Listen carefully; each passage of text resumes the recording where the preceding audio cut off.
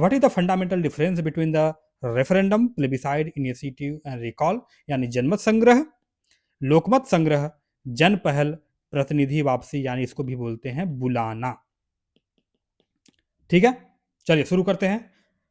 तो इसमें 3 कैटेगरी में हम देखेंगे ये क्यों होता है, कौन इसको बुलाता है, कौन इनिशिएटिव करता है, इसका पर्पज क्या है और इससे मिलेगा क्या हमको, इसके बारे में जानेंगे। तो बेसिक समझ लेते हैं। जो रेफरेंडम होता है, रेफरेंडम हमेशा गवर्नमेंट इनिशिएट करती है, पब्लिक नहीं करेगी, पीपल नहीं करेंगे। इसमें मेन काम ये होता है, किसी भी कॉन्स्टिट्यूशनल लॉ हो या कोई भी लॉ हो या कोई अमेंडमेंट है, उससे पीपल से पूछा जाता है, लोगों से पूछा जाता है कि ये लॉ आप एक्सेप्ट करते हैं या रिजेक्ट करते हैं। इसमें मेन कैसा acceptance and rejection of the proposed law, इसमें ये बात की जाती है। ठीक है, आई होप आपको ये क्लियर हो गया होगा। दूसरा, प्लेबिसाइड जो होता है वो भी गवर्नमेंट करती है, लेकिन किसी एक बात को लेके, किसी पॉलिटिकल इशू, इसमें लॉ है, देखिए ध्यान से देखिए, इसमें लॉ है, कॉन्स्टिट्यूशनल अमेंडमेंट है, इस वाले में देखेंगे पॉलिटिकल इशू है। पॉलिटिकल इशू यानी मान लीजिए कि किसी एक पॉलिटिकल इशू में मान लीजिए ये बात चलती है कि जो भी एमपी एमएलए बनने वाले हैं उनका क्वालिफिकेशन मिनिमम वो ग्रेजुएट होने चाहिए, जो कि ऑब्वियस सी बात है, गवर्नमेंट खुद करेगी नहीं। तो मान लीजिए किसी एक हाइपोथेटिकल सिचुएशन में गवर्नमेंट ये प्रपोज करती है एक ओपिनियन पब्लिक के पास कि आप ये पॉलिटिकल इशू है, आप इस पे आपका क्या कहना है। लॉ से भी किया जा सकता है, लेकिन लोगों से पूछ रही है।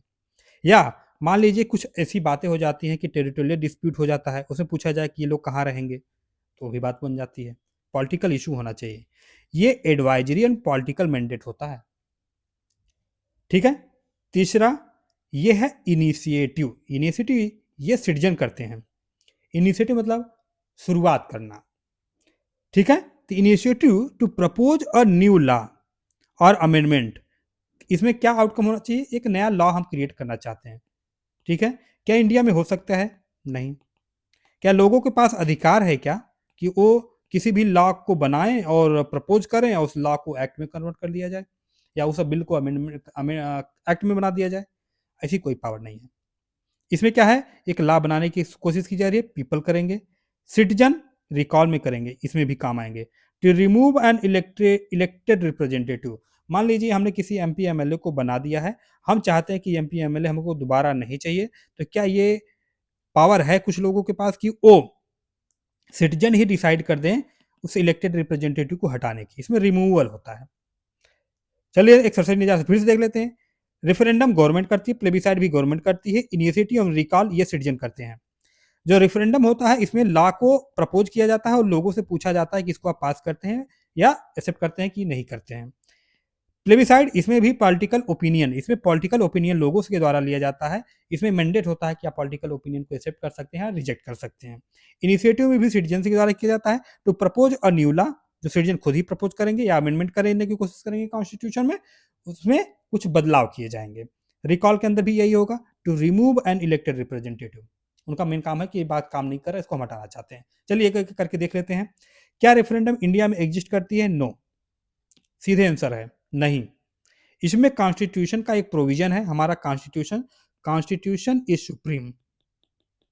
आप जानते होंगे कॉन्स्टिट्यूशन इज सुप्रीम, इसके ऊपर कोई भी नहीं है, इवन हमारे प्रेसिडेंट भी नहीं है। ठीक है, प्रेसिडेंट, तो कॉन्स्टिट्यूशन इज सुप्रीम, और इस सुप्रीमेसी को मेंटेन करने के लिए हमारे पास है जुडिशरी। जुडिशरी का काम क्या है कि चेक एंड बैलेंस रखना।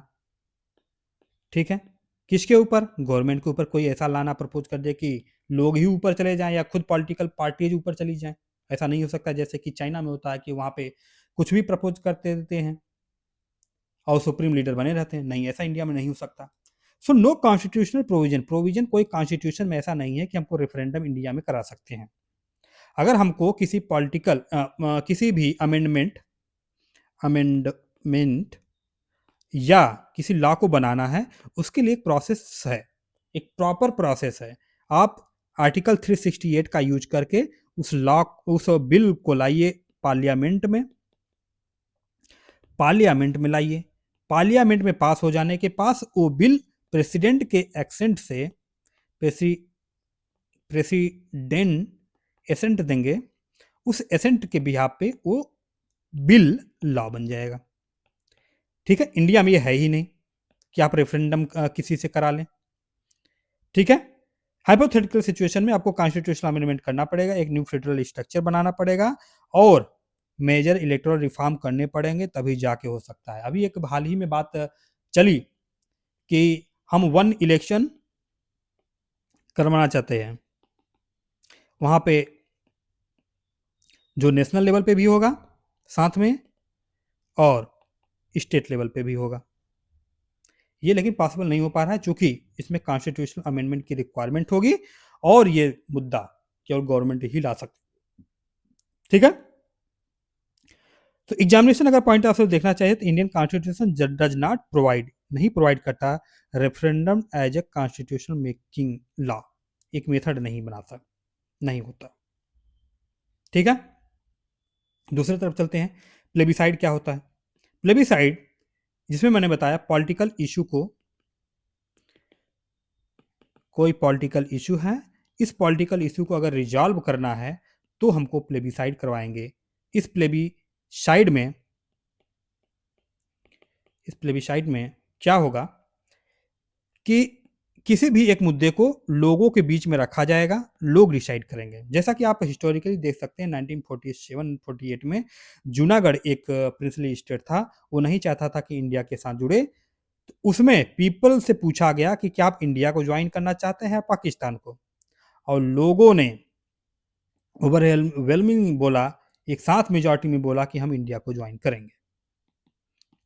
मुद्दा साफ हो गया, आज जूनागढ़ क्या है, इंडिया का पार्ट है। ऐसे ही JNK में भी बात चली कि भाई यूएन, एक यूनाइटेड नेशन है, वो प्रपोज करती है कि वहां पे पॉलिटिकल इनस्टेबिलिटी बहुत ज़्यादा है, लोग इन्फ्लुएंस हो जाते हैं, वहाँ के कुछ ऐसे ऑर्गेनाइजेशन हैं जो वहाँ के लोगों को भड़काते हैं और लोग भड़कते हैं और पत्थरबाजी और तमाम प्रकार की चीज़ें करते हैं। तो वो चाहते थे यूएन के लोग कि वहाँ पे प्लेबिसाइड करा दी जाए। प्लेबिसाइड होते ही क्या होगा, मामला क्लियर हो जाएगा कि JNK के लोग कहाँ शामिल होना चाहते हैं, क्या वो पाकिस्तान में शामिल हो जाएं या फिर इंडिया में। लेकिन इंडियन गवर्नमेंट ने कहा कि ये मैं होने नहीं दूंगा, बिकॉज दे नो कि अगर मैं ऐसा होने दूंगा तो वहाँ के कुछ लोगों के भड़काने की वजह से हो सकता है इस प्लेबिसाइड में जो प्रपोज्ड किया गया है, लोग पूर्ण बहुमत से हो सकता है पाकिस्तान चले जाएं, पाकिस्तान में शामिल होने की कोशिश करें।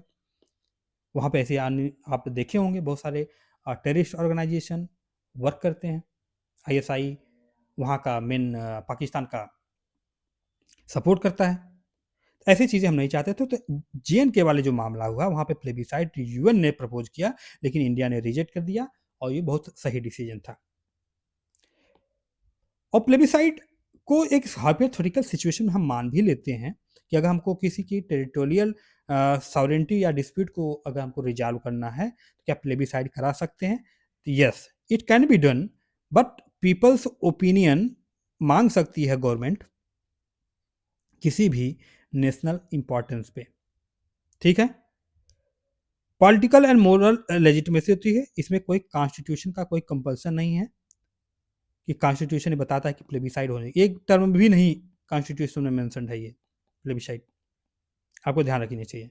एक और इंपॉर्टेंट चीज़ आपको मैं बता देता हूँ, सपोज कीजिए यूपी डिमांड कर रहा है एक अलग स्टेट बनने का, सपोज कीजिए उन स्टेट्स का नाम मान लीजिए ये, ठीक है, पश्चिम वाले बोल रहे हैं कि हम पश्चिमांचल बनाएंगे, क्या बनाएंगे, पश्चिम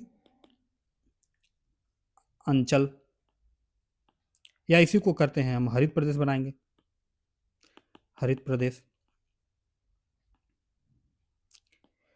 यहाँ के बुंदेलखंड वाले एरिया के लोग बोलते हैं कि हम बुंदेलखंड बनाएंगे, डिमांड कर रहे हैं गवर्नमेंट से हमको बुंदेलखंड एक स्टेट दे दो। यहाँ वाले बोलते हैं कि हम अवध स्टेट बनाएंगे, बीच वाले। और आपने बहुत सुना होगा कि पूर्वांचल एक स्टेट बनाने की कोशिश की जा रही है, पूर्वांचल। अगर ये गवर्नमेंट चाहे कि हम एक प्लेबिसाइट यहाँ पे करवा लें कि यहाँ के लोग, बुंदेलखंड के लोग, अवध के रीजन वाले लोग और पूर्वांचल के लोग, क्या आप लोग अलग अलग एक स्टेट की रिक्वायरमेंट करते हैं कि अच्छा एडमिनिस्ट्रेशन हो जाए, प्रॉपर डिस्ट्रीब्यूशन ऑफ मनी हो, ये रिक्वायरमेंट है, तो हो सकता है गवर्नमेंट उसको प्रपोज करे और पूर्वांचल के लोग कहेंगे हमको चाहिए, हो सकता है ये लोग मिलके कहें हमको नहीं चाहिए। तो बात क्लियर हो जाती है, किसी भी पॉलिटिकल इशू को अगर हमको रिजॉल्व करना है देन हम पीपल के पास जाते हैं, गवर्नमेंट खुद ले जाती है और बोलती है कि क्या आप इसको एक्सेप्ट करते हैं या नहीं एक्सेप्ट करते हैं। अगर एक्सेप्ट हो जाती है तो बाद में मान ली जाती है, नहीं एक्सेप्ट होती तो उसको रिजेक्ट कर देते हैं। ठीक है, चलते हैं तीसरे की तरफ, इनिशिएटिव। इनिशिएटिव यानी कि हम इसको शुरुआत करेंगे। ये इंडिया में एग्जिस्ट ये भी नहीं करता। No citizen have the power to make a law. ठीक है, इनिशिएटिव मतलब पीपल खुद ही एक लॉ बनाने की कोशिश करेंगे, उस लॉ को एक्ट बना देंगे। क्या ये हमारे इंडिया में ऐसा फॉलो होता है क्या? बिल्कुल नहीं। हमारे political people political representative choose करेंगे, पॉलिटिकल रिप्रेजेंटेटिव चूज करेंगे, और ये पॉलिटिकल रिप्रेजेंटेटिव एमपी हो सकते हैं नेशनल लेवल पे, और स्टेट लेवल पे एमएलएज होते हैं।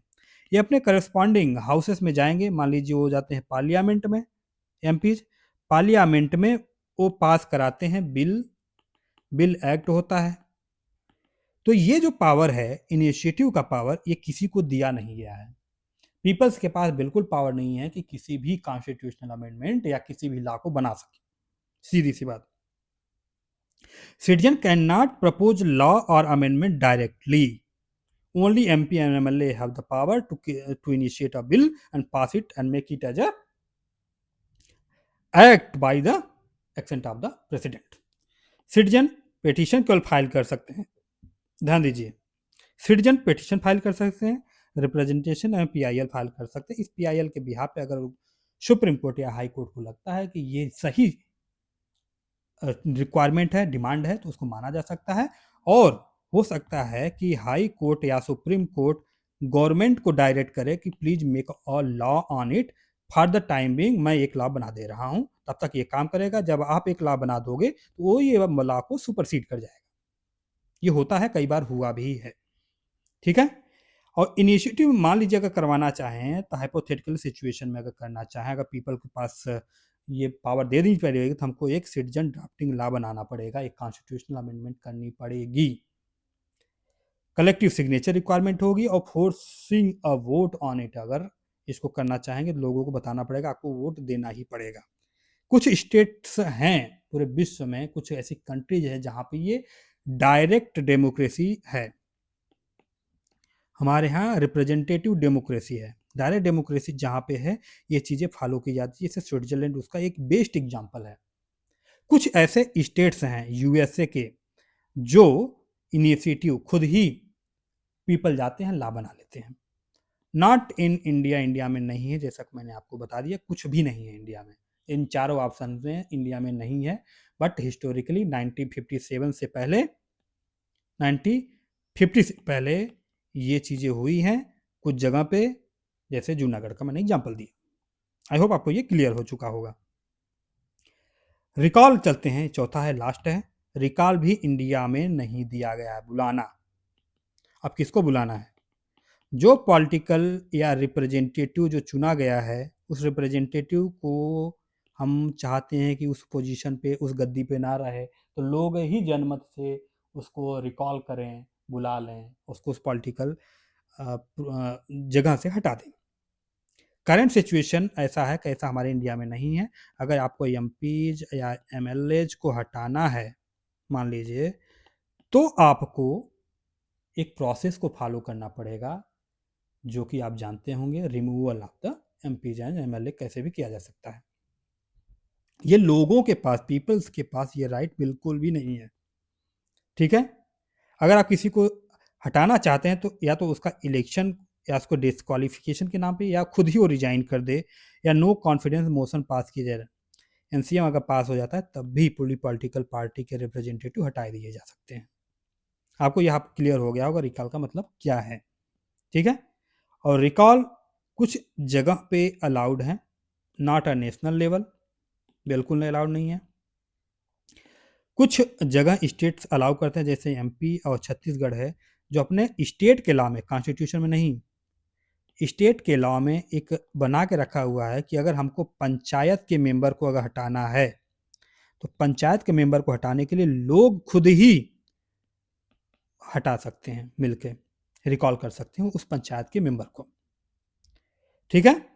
ये हमारे एमपी एमएलए को, जैसे मैंने बोलता है, अलाउड ही नहीं है। कुछ इंपॉर्टेंट चीज़ें देख लेते हैं, आपको ये आना चाहिए, जानना चाहिए। India is a representative democracy, so direct democracy जो जैसे स्विट्जरलैंड में है, ऐसा कोई टूल हमारे पास नहीं है। We have very limited tool, ठीक है। कुछ प्लेबिसाइड हमारे यहाँ हुए हैं इन प्रैक्टिस हिस्टोरिकली, बट अब नहीं होते हैं 1957 का, तो बिल्कुल नहीं। Referendum initiative recall not provided in the Indian constitution, जैसे मैंने कई दफा आपको बता ही दिया है, ठीक है। एक्सेप्ट लोकल लेवल पे रिकॉल होता है, वो स्टेट का नाम भी मैंने बता दिया आपको। कुछ नोट मेकिंग पॉइंट्स हैं। Term plebiscite, referendum initiative and recall is not mention in anywhere in the Indian constitution, में एक शब्द का भी उपयोग नहीं किया गया है। अगर ये क्वेश्चन आता है which of the following term is mention in the Indian constitution, option में दे दे plebiscite, referendum, initiative, none of the above, तो आपको नन ऑफ द एबव वाले पे क्लिक करना है, आपको इसको मार्क डाउन करना है। प्लेबिसाइड इन इंडिया अब पॉलिटिकल प्रैक्टिस हुआ है, नॉट ए कॉन्स्टिट्यूशनल मैकेनिज्म है। कॉन्स्टिट्यूएंट असेंबली में ये बात छिड़ी, ठीक है। क्यों छिड़ी? ये इस वजह से छिड़ी कि हम जानते हैं कि हमारा वास्ट पॉपुलेशन है, बहुत ज़्यादा पॉपुलेशन है। अगर लोगों से डायरेक्टली हम लेने जाएंगे हर बात के लिए ओपिनियन, तो होगा हो ही नहीं। उनको मॉडिफाई किया जा सकता है, जैसा कि आज भी करते हैं, हिंदू मुसलमान के नाम पे इधर-उधर डिवाइड कर, उस वक्त भी वही हाल था। इलिटरेसी बहुत ज़्यादा थी, इलिटरेसी होने की वजह से उनके पास खुद का एक ओपिनियन नहीं होता है, वो जो पॉलिटिकल ओपिनियन बनते हैं वही बात आगे बढ़ जाती है। Fear of instability and populism, लोग हो सकता है पॉपुलर आइडियाज को ही लोगों के बीच में ले जाएं, उठाएं, और हो सकता है कि लोग ऐसे लॉ को पास कर दिया जाए जिससे डेमोक्रेसी बचे ही ना। Reference for the political supremacy, हो सकता है एक पॉलिटिकल पार्टी ही पूरी राज करने लग जाए, चूंकि वो मोबिलाइज कर दे पूरे पीपल को, और वो पीपल उनके ही फेवर में वोट देते रहें, उनके ही आइडिया को वोट देते रहेंगे। तो इन सभी 4 कारणों की वजह से हमारे यहाँ plebiscite, referendum, initiative, recall Indian constitution में दिया ही नहीं गया। हमारे कॉन्स्टिट्यूशन मेकर बहुत ही समझदार थे, वो जानते थे real scenario, real background, real चीज़ों के बारे में अवेयर थे। आई होप आपको ये क्लियर हो चुका होगा। अगर नहीं क्लियर हुआ है तो आप कमेंट बॉक्स में कमेंट लिखेंगे, मैं ट्राई करूँगा 100% कि आपको वो दे पाऊँ जो आप चाहते हैं उसका आंसर।